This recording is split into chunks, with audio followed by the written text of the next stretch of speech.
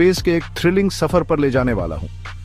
13वीं सदी में कोणार्क सूर्य मंदिर एक अजूबा था। इसके सबसे ऊपर एक 55 टन का मैग्नेट था, इतना पावरफुल कि सूर्य देव की मूर्ति हवा में तैरती थी। पूरे मंदिर का स्ट्रक्चर इसी मैग्नेटिक फोर्स पर टिका था।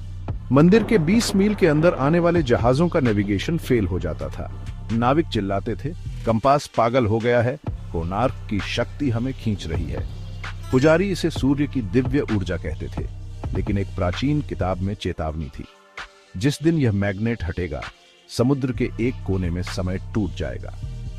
1800 के शुरुआत में ब्रिटिश ईस्ट इंडिया कंपनी के कैप्टन रेजिनाल्ड ब्लैकथॉर्न ने इस मैग्नेट को चुराने का फैसला किया।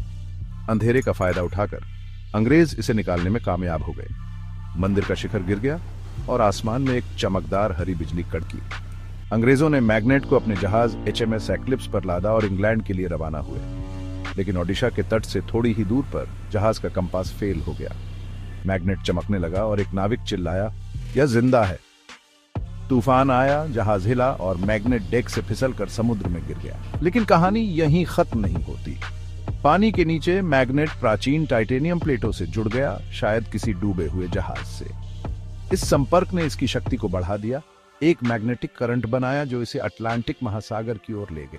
नाविकों के लॉग में लिखा था, हमें लगा कि हम इसे खो बैठे, लेकिन समुद्र के नीचे कुछ उबल रहा था। मैग्नेट आखिरकार बरमूडा ट्रायंगल पहुंच गया। वहां इसकी शक्ति ने एक अनोखा घटनाक्रम शुरू किया। 1946 में फ्लाइट 19 के एक पायलट ने रेडियो किया, कंपास 360 डिग्री घूम रहा है और हमारे चारों ओर एक हरी धुंध है।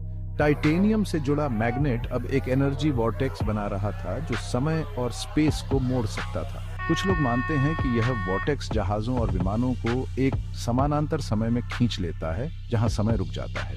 2025 में एक सीक्रेट सोनार मिशन में बरमूडा के नीचे एक चमकती हुई डिस्क मिली, साथ ही HMS एक्लिप्स का एक टुकड़ा भी। अंग्रेज कभी इंग्लैंड नहीं पहुंच पाए। स्थानीय साधु कहते हैं, कोणार्क का मैग्नेट अब बरमूडा का दिल है।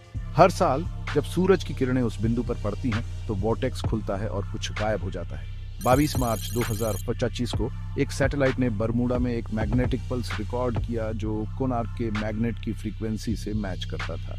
उसी रात कोणार्क के खंडहरों में पत्थर गूंजने लगे और एक हरी रोशनी दिखाई दी। एक वैज्ञानिक ने दावा किया कि मैग्नेट अभी भी एक्टिव है, टाइटेनियम के साथ एक अटूट लिंक में जुड़ा हुआ है। क्या अंग्रेजों के लालच ने बरमूडा ट्रायंगल को जन्म दिया?